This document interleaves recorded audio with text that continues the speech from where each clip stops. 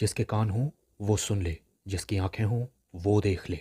हम उन लोगों के लिए विशेष धन्यवाद देना चाहते हैं जो हमें एसबीआई पे, गूगल पे और पेपलिंक के द्वारा हमारी सेवकाई में बोते हैं। डिस्क्रिप्शन बॉक्स में दिए हुए लिंक से आप भी बो सकते हैं।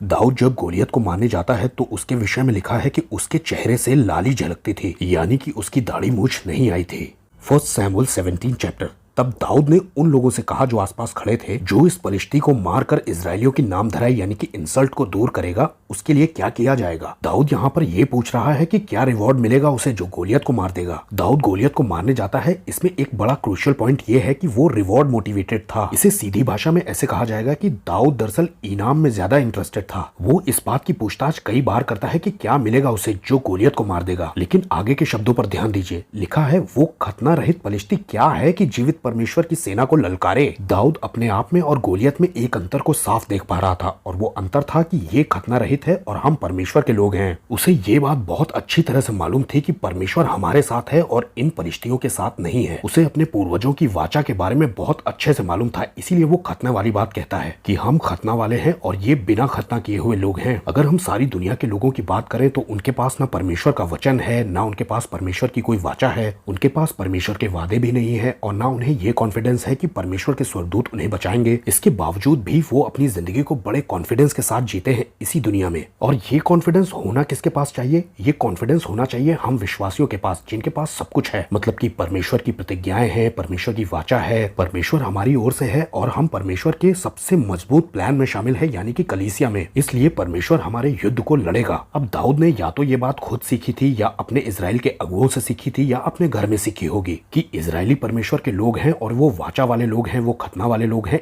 इसलिए हम गोलियत को मार पाएंगे, क्योंकि इनके साथ परमेश्वर की कोई वाचा नहीं है और ना ही परमेश्वर की सुरक्षा इन्हें मिलेगी। हमें भी अपने आगे आने वाली जनरेशन में ये चीज भरनी है कि हम परमेश्वर के लोग हैं और परमेश्वर हमारे साथ है। दुनिया हमारे कितने भी विरोध में हो, लेकिन हम परमेश्वर की वाचा में जुड़े हुए हैं, परमेश्वर के मेन प्लान में जुड़े हुए हैं। अब 45वीं आयत में लिखा है कि दाऊद ने पलिश्ती से कहा, तू तो तलवार और भाला सांगा लेकर आता है, लेकिन मैं सेनाओं के यहोवा के नाम से तेरे पास आता हूँ, जो कि इजरायली सेना का परमेश्वर है, और तूने उसी को ललकार दिया है। और इसके बाद दाऊद जो करना चाह रहा था उसके साथ, वो अपने मुंह से बोलता है। वो कहता है, आज के दिन यहोवा तुझको मेरे हाथ में कर देगा और मैं तुझको मारूंगा और तेरे सिर को धड़ से अलग करूंगा, और मैं आज के दिन पलिश्ती सेना के शव आकाश के पक्षियों को दे दूंगा। तब सारी पृथ्वी के लोगों को पता चल जाएगा कि इजराइल में एक परमेश्वर है, यहोवा परमेश्वर। मतलब कि अभी गोलियत मरा नहीं था, लेकिन वो जो देखना चाह रहा था वो उसने बोलना शुरू किया, और इस तरह से परमेश्वर को उसने अपने युद्ध में शामिल कर लिया। उसे उसकी वाचा पता थी, उसे पता था कि परमेश्वर उसकी ओर से लड़ेगा, क्योंकि ये संग्राम यहोवा का है।